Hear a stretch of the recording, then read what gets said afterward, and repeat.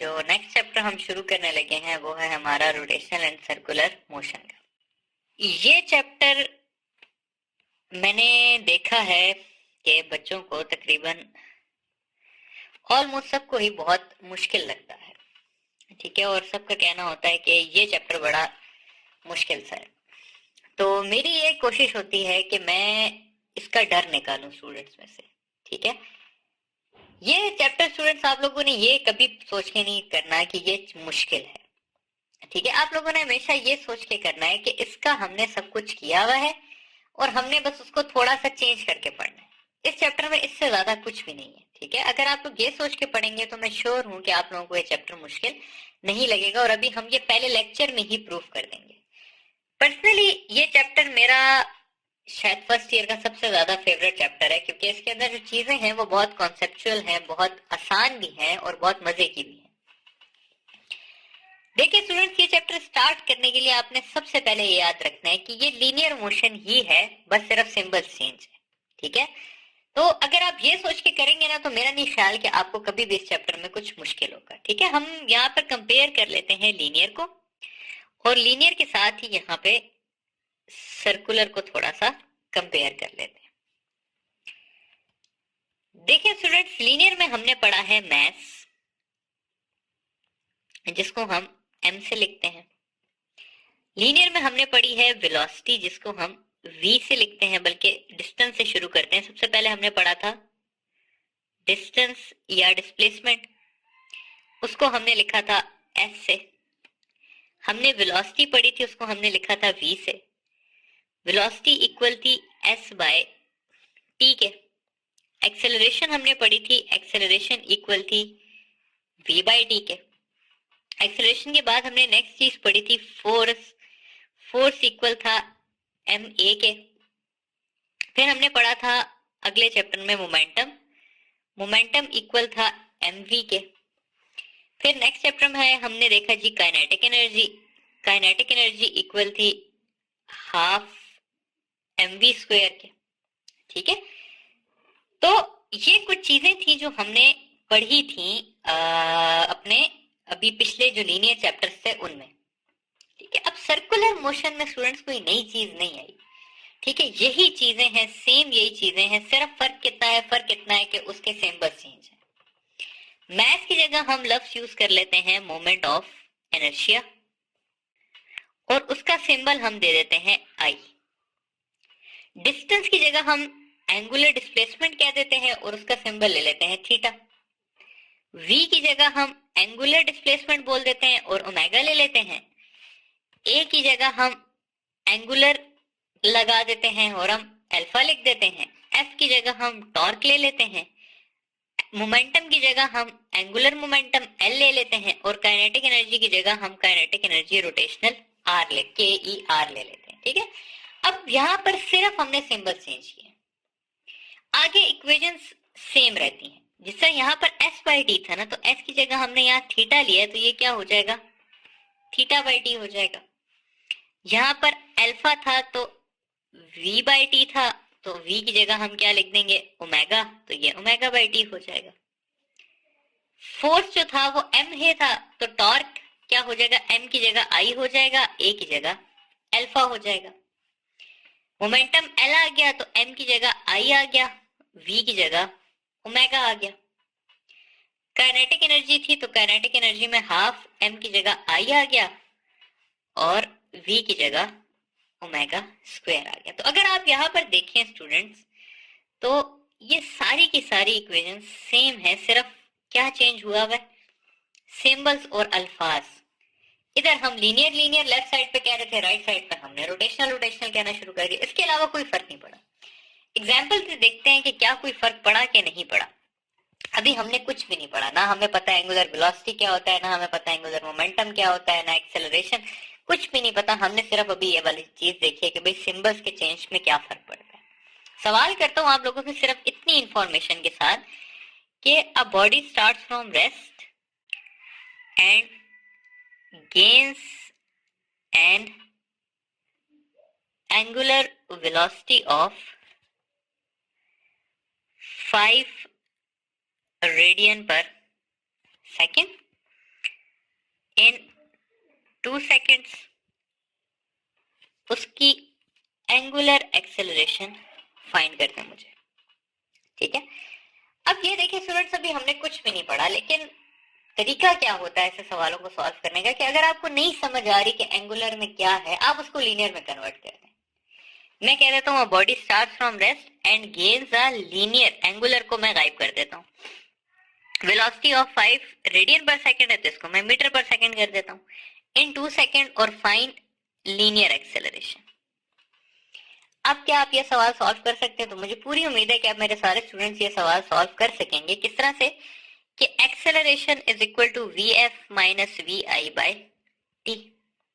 अब इसी इक्वेशन को क्यों ना आप एंगुलर में बना लें कि alpha is equal to omega F minus omega I by T.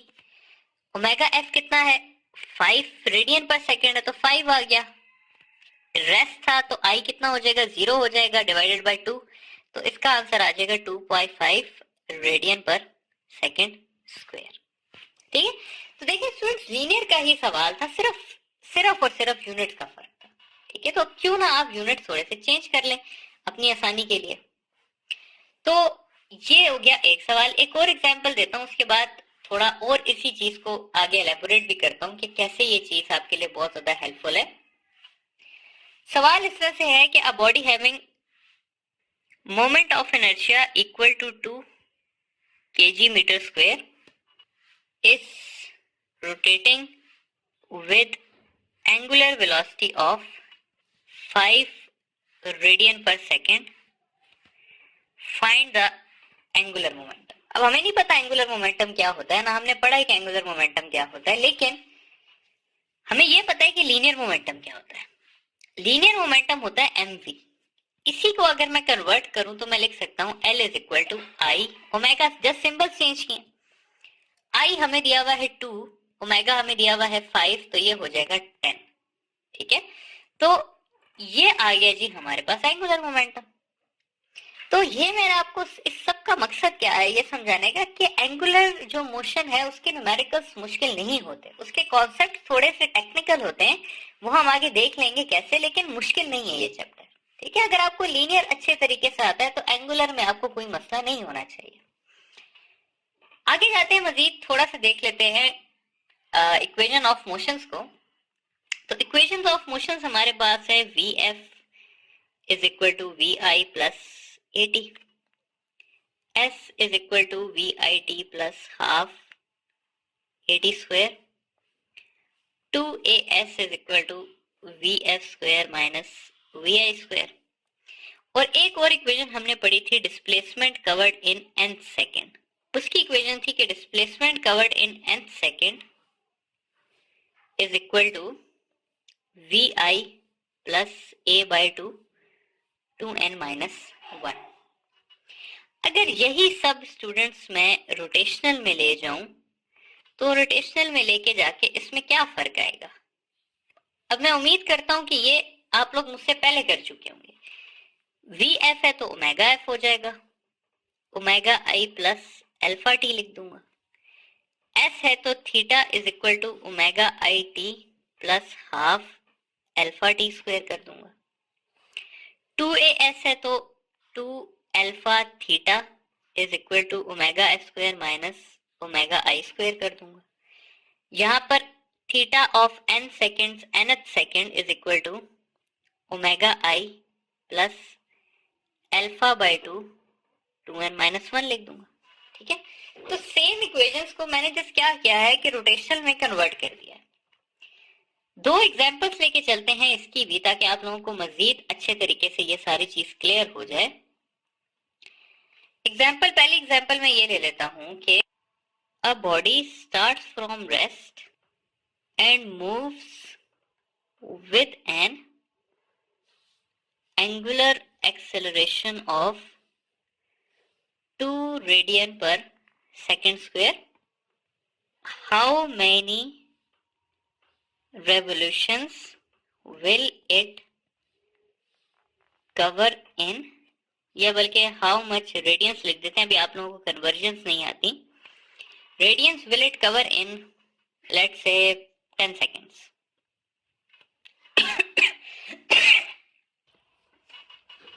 Linear के तौर पे लेके चलें स्टूडेंट्स, क्योंकि अगर मैं एंगुलर पे चला जाऊंगा तो काफी अजीब सा हो जाएगा।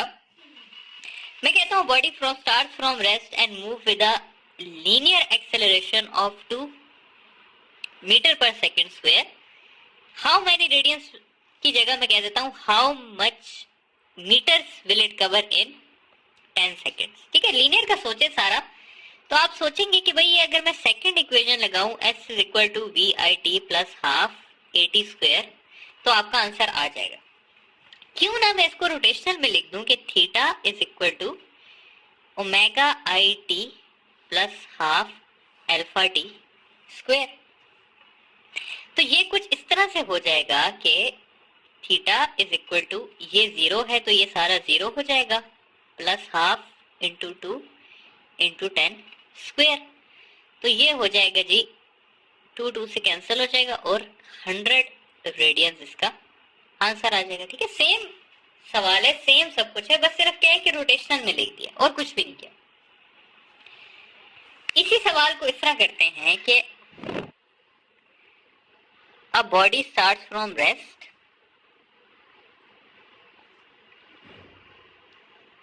Moves with alpha of 2 radian पर second square, find distance cover in third second. अब ये nth सेकेंड का सवाल है कि भाई थर्ड सेकेंड में कितना डिस्टेंस कवर होगा। फॉर्मूला आप लोगों के पास लिखा हुआ है कि theta n is equal to omega I plus A by 2 alpha हो जाएगा ये 2n माइनस 1। ओमेगा आई 0 है, अल्फा जो है वो आपके पास 2 है तो 2 बाई 2, nth क्या है 3 है तो ये हो जाएगा 3 माइनस 1। तो आंसर आ जाएगा आप लोगों के पास 6 माइनस 1 5 रेडियंस। ठीक है, तो कितने रेडियंस कवर करेगा ये कवर करेगा जी 5 रेडियंस। ठीक है, तो आई होप कि ये चीज आपको समझ आ गई होगी कि भाई अगर आपके पास रोटेशन का कोई भी न्यूमेरिकल आता है तो उस पर परेशान नहीं होना, उसको ये सोचना है कि ये एक लीनियर का सवाल है। ठीक है, और आपने एट द एंड कन्वर्ट कर देना है। जो एंगुलर की स्पेशलाइज्ड बातें हैं वो हम आगे वाले लेक्चर्स में पढ़ेंगे। ठीक है, मैं आप लोगों को इस पे नहीं फोकस कराऊंगा कि भाई ये न्यूमेरिकल है, इसका ये आंसर है, ये उसकी बेसिक टेक्निक यही रहेगी। जो एडिशनल बातें हैं कि भाई जिस तरह क्लॉक है, ठीक है, क्लॉक अब आप लीनियर में नहीं पढ़ेंगे क्योंकि क्लॉक का लीनियर मोशन नहीं होता। इस तरह कन्वर्जेंस हैं, इस तरह और डायरेक्शंस हैं, ये चीजें हमारे पढ़ने की हैं आगे। जो न्यूमेरिकल्स आते हैं वो बहुत इजी होते हैं। ठीक है, तो ये आप लोगों के लिए मैंने एक बनाया एक एक्स्ट्रा टॉपिक जो कि आप लोगों को हेल्प करेगा कि सवाल आपने कैसे सॉल्व करने हैं।